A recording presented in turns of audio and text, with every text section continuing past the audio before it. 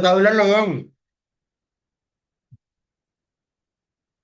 Hello, everyone. My name is Jeffrey Kennedy, and welcome back to another episode of Market Academy. Now, as you know, this week we've been looking and studying quite in depth, I might add, the pattern known as the ending diagonal and or diagonal.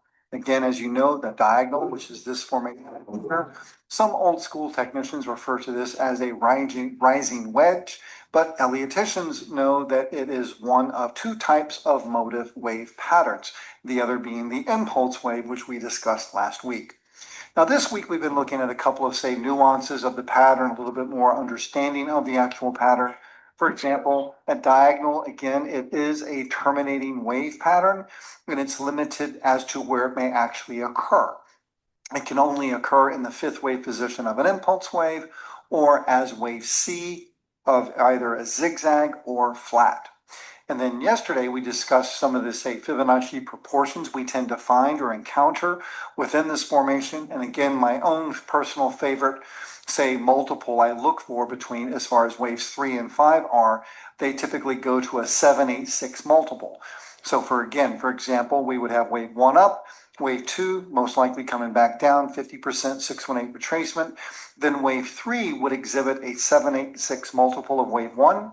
And then we would see wave 4 again on decline back to the, say, 50% 618 retracements.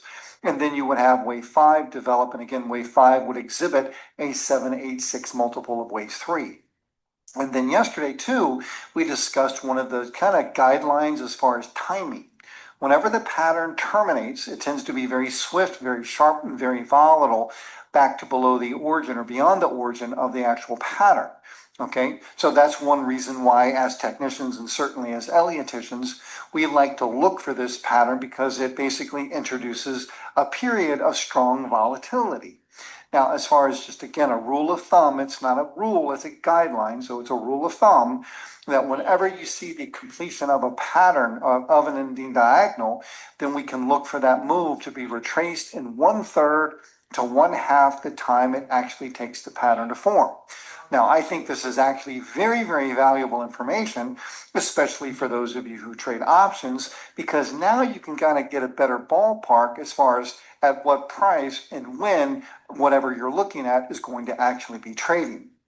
Now, in today's episode, we're going to look a little bit more deeply at the pattern and look at some of the variations and complexities.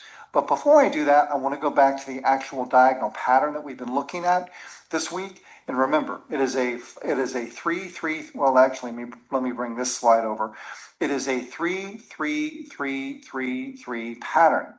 That simply means that wave 1 subdivides into 3 waves. Wave 2 subdivides into 3 waves, wave 3, wave 4, wave 5. Each wave of a diagonal subdivides into 3 waves, specifically a zigzag.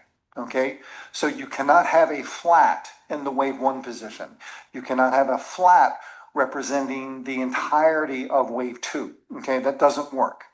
Now, on rare occasions, it is okay, it is possible for one of the moves, one of the waves, whether it's 1, 2, 3, 4, 5, to unfold as a double zigzag. So that would be a WXY.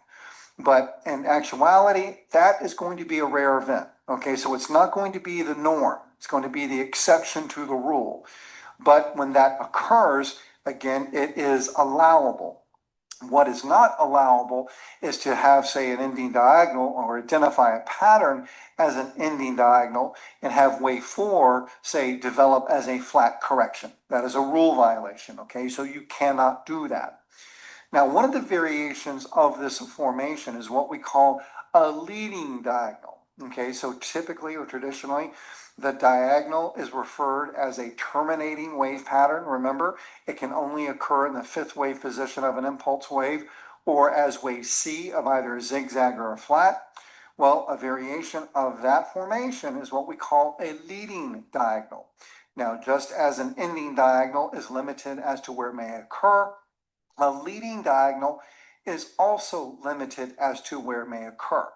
It can only occur in the wave 1 position of an impulse wave or as wave A of a zigzag, period. Those are your two choices. Okay, now another nuance to this formation is the substructure. The substructure can vary between two different types. It can be the traditional 3, 3, 3, 3, 3 pattern, or it can be a 5, 3, 5, 3, 5 pattern. So under this instance here, you would still have the zigzags for waves 1, 2, 3, 4, and 5, and that could be a leading diagonal for wave A, or you would have 5, 3, 5, 3, 5, and then that would also, too, again, qualify for the proper designation of a leading diagonal. And again, a leading diagonal is limited to where it may actually occur.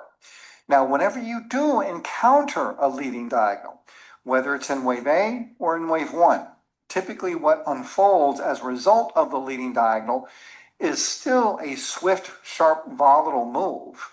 But typically what I see personally is you will come back under the wave 4 extreme, but not below the wave 2 extreme. So somewhere in this area is where you would see that sharp reversal down. So it would look something like this. So let's pretend for a moment on this diagram, this is a leading diagonal for wave A. You would see a sharp move down, probably a zigzag for wave B, because a zigzag is a sharp correction. And then you would see prices begin to advance in an extremely impulsive manner in wave C or wave 3. Again, because again, a leading diagonal can take the shape of wave 1 of an impulse wave or wave A of a zigzag. Now, one more nuance here. Oh, here, this is kind of a rare event. Leading diagonals, okay, let's go back to the whole idea. The ending diagonal pattern. I would probably say that's a 20% pattern or less, okay? More often than not, when you're working with price charts, as far as motive waves, the pattern that you're going to encounter more than anything else is going to be the impulse wave, waves 1, 2, 3, 4, and 5. The ending diagonal pattern, you'll encounter probably 20% of the time or less. Arguably, you could almost say even 10% of the time or less. They just don't occur all the time. That's the key takeaway. Now, when you're looking at some of the variations or complexities of this specific pattern, for example, the leading diagonal, again, it's going to be kind of a 20% pattern or less, meaning that, out of 10, price charts that you're looking at, if you're looking at impulse wave development, maybe 20% of the time or less, maybe even 10% of the time, you're going to encounter a leading diagonal. It is an uncommon pattern.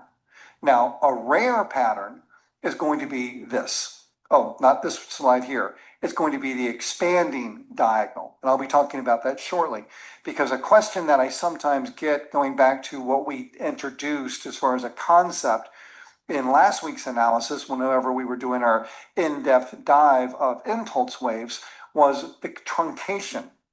Okay, remember within an impulse wave, going back to our cover slide here, on occasion, again, very rarely, wave 5 will be unable to terminate beyond the wave 3 extreme. That's, again, it's a very rare event. It's a very uncommon event, probably in single digits, okay? That's why I like wave 4 as far as a high probability trade setup.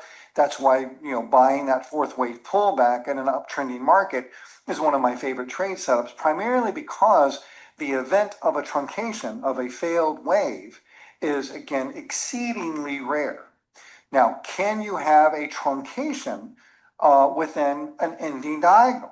And the answer is yes. Again, it is, though, a rare event, because you got to think of it. The ending diagonal in and of itself is an uncommon formation. And a truncation is also, too, a very uncommon formation. So you're talking like 2 degrees of rarity here, or uncommonness. So it can occur, but it's not one of these events that we see frequently.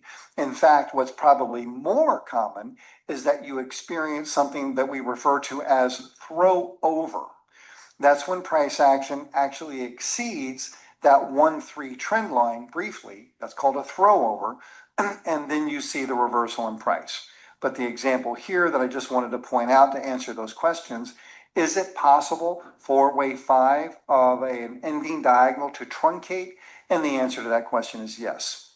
Now let's look at one of the unicorns. And there are some patterns that I consider to be unicorns. And typically a unicorn pattern for me, let me be very specific in my description here, is going to pretty much be any kind of pattern that expands. An expanding triangle, for example, is a unicorn pattern.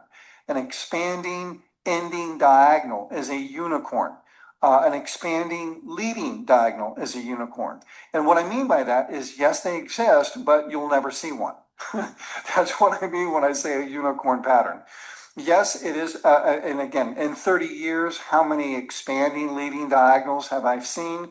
Maybe three. And all my years of looking at price charts, 30 years, because I'm looking at a couple of hundred different price charts, a couple of hundred different markets every day. Multiply that per week, per month, per year, over 30 years. I've looked at a lot of stuff. And in 30 years, I think I've seen maybe three legitimate expanding triangles and counting waves during that entire time.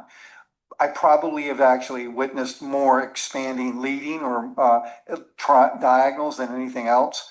I think maybe one time have I encountered an expanding ending diagonal. Now, the reason I'm offering this information is simply to help you with your labeling. Okay, what do I mean by that? Okay, whenever you're looking at a price chart, and once you understand some of the, say, variations and complexities that are inherent to each individual pattern, sometimes whenever you look at a price chart, you'll go, oh, that's an expanding leading diagonal. Okay, well, odds are, no, it's not. Okay, so that should not be your initial go-to wave count. Whenever you're looking at a price chart called for the first time, your go-to patterns are going to be these formations. Because again, this is the core. This is the foundation. This is where we should always start our analysis. This is where we should start our wave counting. So if you're looking at a price chart, don't just initially off the cuff start labeling truncations or expanding leading diagonals, because odds are if you start off in that direction, you're ultimately going to be proven wrong. Typically, if I identify something as an expanding triangle or a leading diagonal or an expanding anything, more often than not, I'll come back a week or 2 weeks or maybe even a month later and realize that there was a better way to actually identify that price action and come up with a more simplistic, say, foundational type approach or wave count for that price action. Well, that about does it for me for today and for this week. I hope you enjoyed last week's work where we did that deep dive into impulse waves. I hope you learned something this week by taking a deeper dive or a closer look at the ending diagonal pattern. I'm actually going to continue this series for the next few weeks as we then explore zigzags and then flats and then also wrapping everything up with the triangle. Okay, have a great day, have a great weekend, and I'll see you next week.